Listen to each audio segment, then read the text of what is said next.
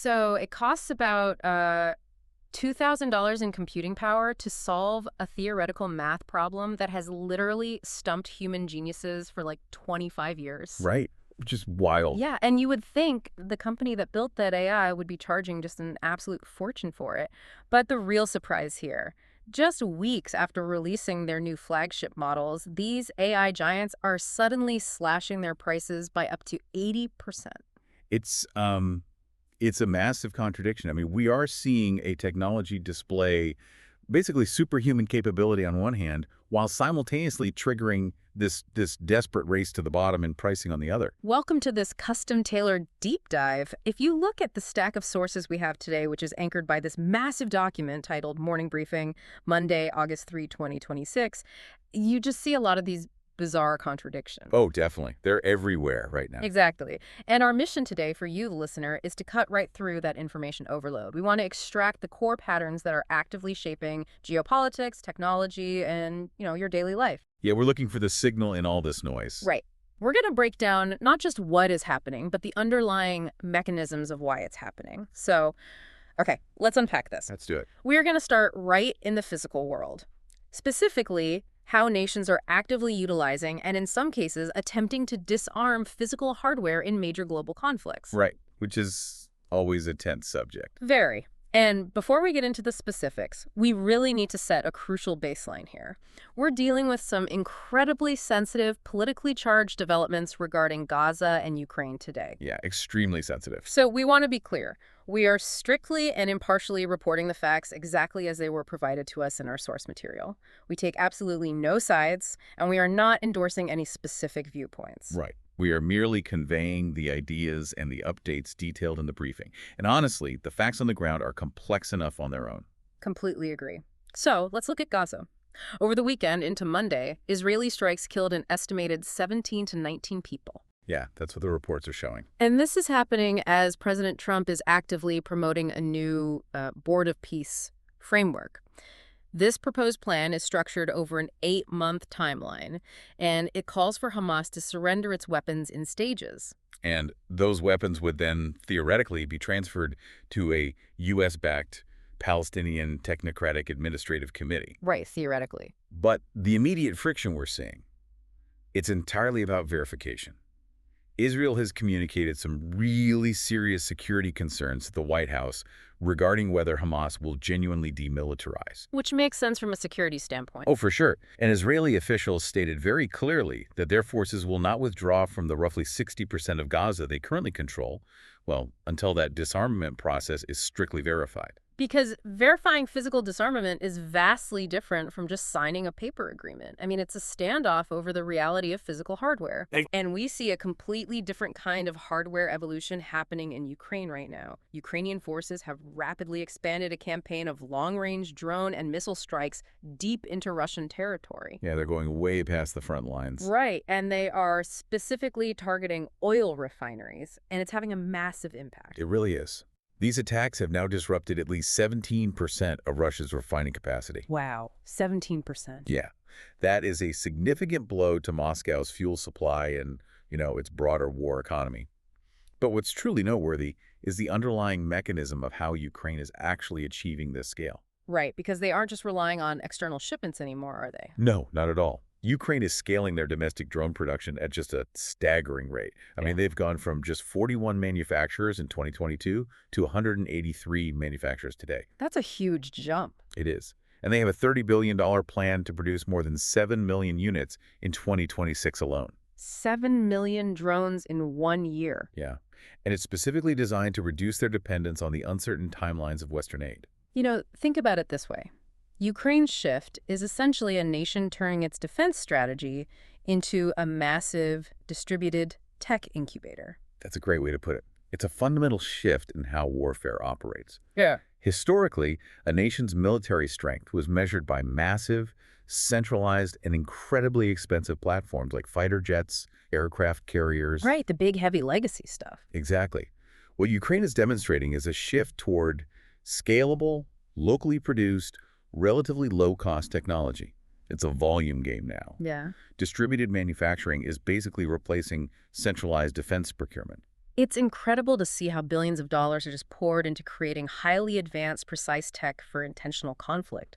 But that high-tech reality makes our next story feel incredibly jarring. It really does. Because while we have drones flying hundreds of miles to hit specific targets with pinpoint accuracy, our peacetime safety technology is apparently still trapped in the past. Yeah, the contrast is stark. Over the weekend, there was a tragic fire aboard an Indonesian passenger ferry, Mutiara Sentosa 2. And that was off the coast of East Java, right? Off East Java. It had 232 passengers and 39 crew members on board. Yeah. Nearby vessels managed to rescue 225 people, which is good, but 5 bodies were recovered and roughly 41 people are still unaccounted for. Just awful. Do they know what happened? Well, preliminary survivor reports suggest the blaze started from a truck on the lower vehicle deck. Right. But what this incident really forces into the spotlight is a massive technological blind spot in our maritime safety infrastructure. We're talking about AIs here. Yes, AIs. For anyone unfamiliar, AIS is basically the maritime equivalent of a GPS tracking transponder. But these systems still have known coastal blind spots. That's just crazy to think about.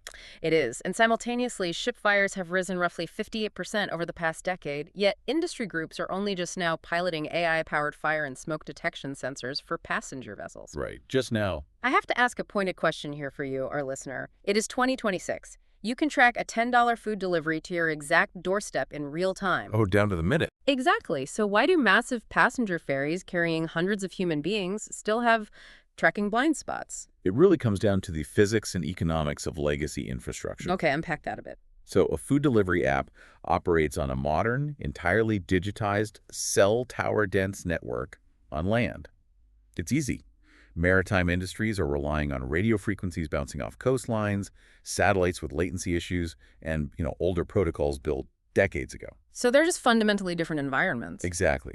Plus, they operate in harsh, corrosive saltwater environments where retrofitting delicate new tech is incredibly expensive and slow. The discrepancy between consumer convenience tech and life-saving industrial tech is massive. But the physical environment of the ocean is just a huge barrier. That makes sense. But that friction of moving physical atoms and dealing with hardware, it isn't just a problem at sea, though. It's actually choking the most advanced digital companies on Earth right now. Oh, big time. Look at Apple. They just reported their fiscal Q3 for 2026, and the top-line numbers are staggering. $109.4 billion in revenue.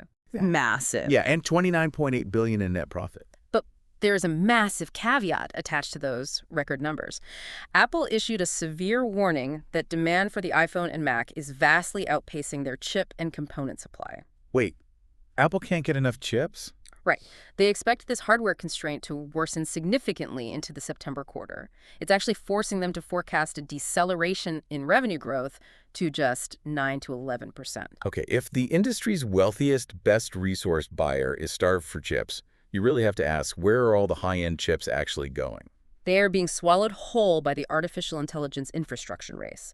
The capital expenditure forecasts are just eye-watering right now. Just astronomical, yeah. Alphabet just raised its 2026 forecast to between $195 and $205 billion. Amazon is planning roughly $200 billion. Meta is guiding for $125 to $145 billion. So combined, just those 3 companies are on pace to spend over $500 billion in a single year, mostly on AI data centers and NVIDIA chips. Yep, $500 billion. And NVIDIA itself just posted $81.6 billion in quarterly revenue, which is up 85% year over year. It's like these tech giants are spending $500 billion building the world's most advanced railway system before anyone knows exactly what freight is going to be shipped on it. Yes. And what's fascinating here is that the sheer scale of the gamble is entirely reshaping capital markets. How so? Well, every analyst on Wall Street is being forced to deeply question when and how this infrastructure investment will actually pay off. You don't spend $500 billion just to build a better customer service chatbot. Right. That's a very expensive chatbot. Exactly. The pressure to monetize this infrastructure is going to be immense. Which brings us back to that paradox we started with today. Let's look at the freight currently running on that $500 billion railway. Let's do it. On the capability side, it's mind-bending. We have OpenAI's unreleased Astra model solving 10 open, decade-old problems in mathematics. Including constructing the first known non-Suffolk group, which, if you don't know, has been an unsolved question in theoretical computer science since 1999. Since 1999. And it didn't just, like, guess the answer, did it? No, no. Yeah. It produced a 249-page release of machine-checkable lean proofs. Lean proofs. Yeah, lean is essentially a coding language for mathematics. It forces the AI to prove its work step by step in a way that is mathematically undeniable, which completely eliminates the risk of an AI hallucinating or, just making things up. That's incredible. It is. This work was so solid it was verified by Fields medalist Timothy Gowers, who actually said he'd recommend it for publication in the Annals of Mathematics. And get this, it cost about $2,000 in compute power to generate. $2,000 to solve a math problem that stumped the greatest human minds for 25 years. But wait, let me push back on this a bit. Sure. If this technology is suddenly acting as a superhuman math genius, why did OpenAI just slash the pricing on its new GPT 5.6 tiers? Yeah, that's the big question. I mean, they cut the Luna tier by 80% and the Terra tier by 20% just 3 weeks after launch. Are enterprises realizing they don't need a math genius to write their marketing emails? That is exactly the friction point. The capability ceiling is rising exponentially, but the everyday enterprise floor, it's collapsing into a brutal price war. Interesting. OpenAI is facing massive pushback from corporate clients who just don't want to pay a premium. And that's coupled with growing competitive pressure from lower-cost Chinese open-weight models. And just to clarify for everyone, open weight meaning the core architecture of the AI is made freely available for anyone to download and modify, which naturally drives the market price down to near zero. Precisely. It signals a major industry shift. Companies are realizing that instead of chasing the most expensive, cutting-edge model, they just need something cheap and reliable that they can actually integrate into their daily workflows. Right. They need practical tools. Exactly. Look at Cognizant. They just expanded their partnership with Anthropic, embedding the Claude AI into their engineering platforms and training 30,000 employees under a new Frontiers certified model. They are figuring out how to make that $500 billion railway useful for, well, daily commuting. Which bridges us perfectly into how this automation is actually landing in physical communities. Moving from these pilot programs to sustained, daily integration is incredibly messy. Oh, it's so messy. We see a massive divergence in how society is managing it, starting right on city streets with robo-taxis. Yeah, the autonomous vehicle industry is a perfect case study here. Tesla's robotaxi fleet mileage actually dropped roughly 36% in the second quarter. Wow, dropped. Yeah, from 1.1 million down to about 700,000 miles. Meanwhile, Waymo is returning to freeways. Uber is building a multi-partner strategy with companies like Wave and Afreed, and Baidu is actively testing in London. So why such a split in success across these companies? Because scaling physical operations is infinitely harder than scaling software. Navigating a busy intersection involves unpredictable human behavior. You've got weather, construction. It's not a closed system. Right. Raw technology isn't enough. You need immense operational discipline. And honestly, we see a similar struggle with integration when we look at our education system. The structural crisis happening in education right now is severe. I mean, the U.S. is currently missing over 425,400 teachers. That number is just staggering. It means 1 in 8 teaching positions nationwide are unfilled or uncertified. And at the same time, 36% of district leaders are grappling with declining enrollment, with rural districts getting hit the hardest at 39%. So you have a system that is bleeding talent and losing its core demographic base. And against that incredibly strained, exhausted backdrop, educators are having to somehow figure out how to integrate artificial intelligence into the classroom. It's a lot to put on them, but there is a really pragmatic approach emerging. Yeah, New York Superintendent Jared Bloom is modeling a human-first approach to AI for pre-K through 6th grade students. His logic is honestly pretty simple. If schools don't actively teach responsible AI use, kids are just going to learn it unsupervised at home on their phones anyway. Right. It synthesizes what we are seeing across both tech and education. The transition into sustained daily use, whether it's a robotaxi or an elementary student using a language model, requires proactive human management. You can't just deploy the technology and walk away. You really can't. But here is the terrifying part about all this. By relying so heavily on tech and outsourcing that IT management, we are opening our most critical infrastructure up to massive vulnerabilities. The cybersecurity landscape right now definitely shows how fragile these interconnected systems are. Take Enable N Central, for example, which recently disclosed an actively exploited authentication bypass flaw. Okay, so how does a software flaw like that actually impact a school district? Well, Many K-12 IT teams rely on managed service providers, or MSPs, to handle their networks. These are third-party vendors. Those vendors use platforms like N-Central to manage everything remotely. Ah, I see where this is going. Right. So if attackers compromise that single MSP vendor, they can cascade that access down into every single school relying on them. One point of failure compromises dozens of separate networks. That's terrifying. And we also saw Adobe patching a CVSS 10.0 maximum severity flaw in their Campaign Classic software this week. And a 10.0 is as bad as it gets, right? It is literally a 10 out of 10 on the cybersecurity severity scale. It means hackers could execute malicious code and take over a system without the user having to click a single link or interact with it at all. Zero click. Wow. Exactly. We also saw Amgen, a major pharmaceutical giant, suffer a cloud breach exposing patient and corporate data. And again, that was through third-party service providers. So think about this paradox for a second. Your child's school network could be completely taken down by a single unpatched flaw at a third-party IT vendor you've never even heard of. Yeah. But at the exact same time, engineers in Japan are proving we can actually fix incredibly complex physical problems. Yes. The Japanese battery recycling breakthrough is a perfect counterweight to all that digital fragility. Engineers at a facility in Surabaya have achieved 90% lithium recovery from used EV batteries. 90%. Yeah. I mean, the industry standard was previously under 50%. They are beating Japan's 2030 regulatory target by 3 full years. How did they actually pull that off? It basically comes down to a brilliant chemical swap. During the processing of dead batteries, you're usually left with this toxic, metal-rich sludge known as black mass. Sounds lovely. Right. Well, these engineers swapped out sodium hydroxide for recovered lithium hydroxide during the chemical processing.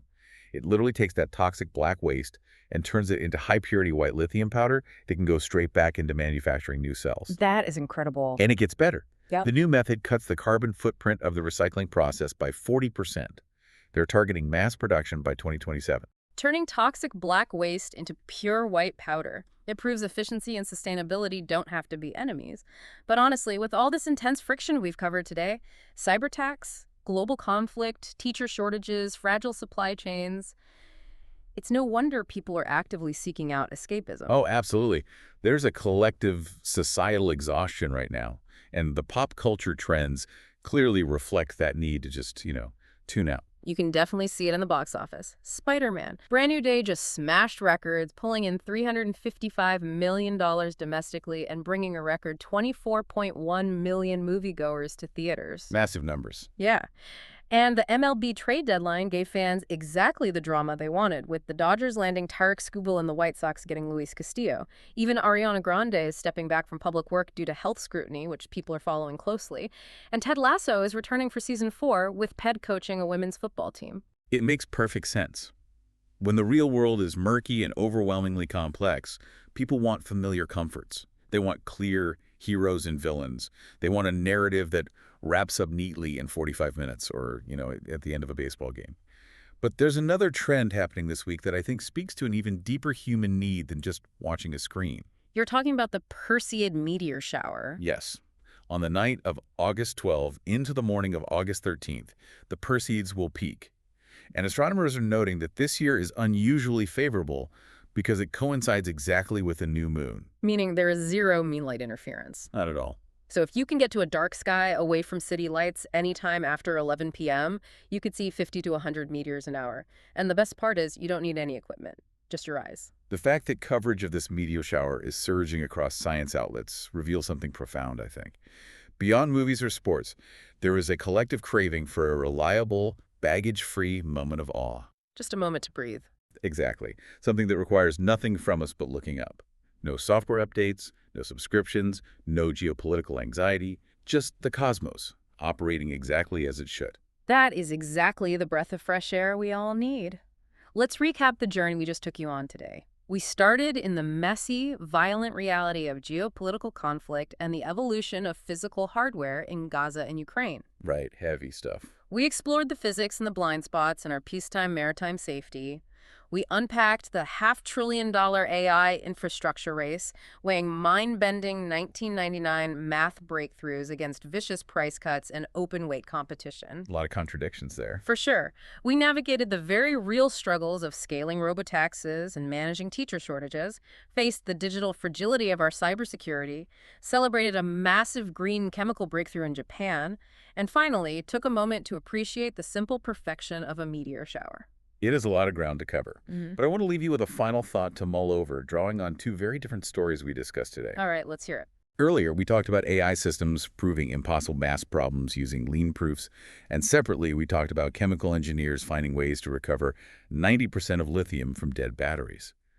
What happens when those two isolated worlds finally collide? Oh, wow. Right? Could that $500 billion in AI brainpower soon be pointed away from writing chatbots and directed entirely toward material sciences? We might be on the verge of AI not just talking to us, but actively redesigning the physical constraints of our world. That is a wild thought. The map might be chaotic at street level right now, but the tools being built could completely rebuild the roads we walk on. Thank you so much for joining us on this deep dive. Stay curious, navigate the noise, and remember to get outside and look up at the sky next week. We'll catch you on the next one.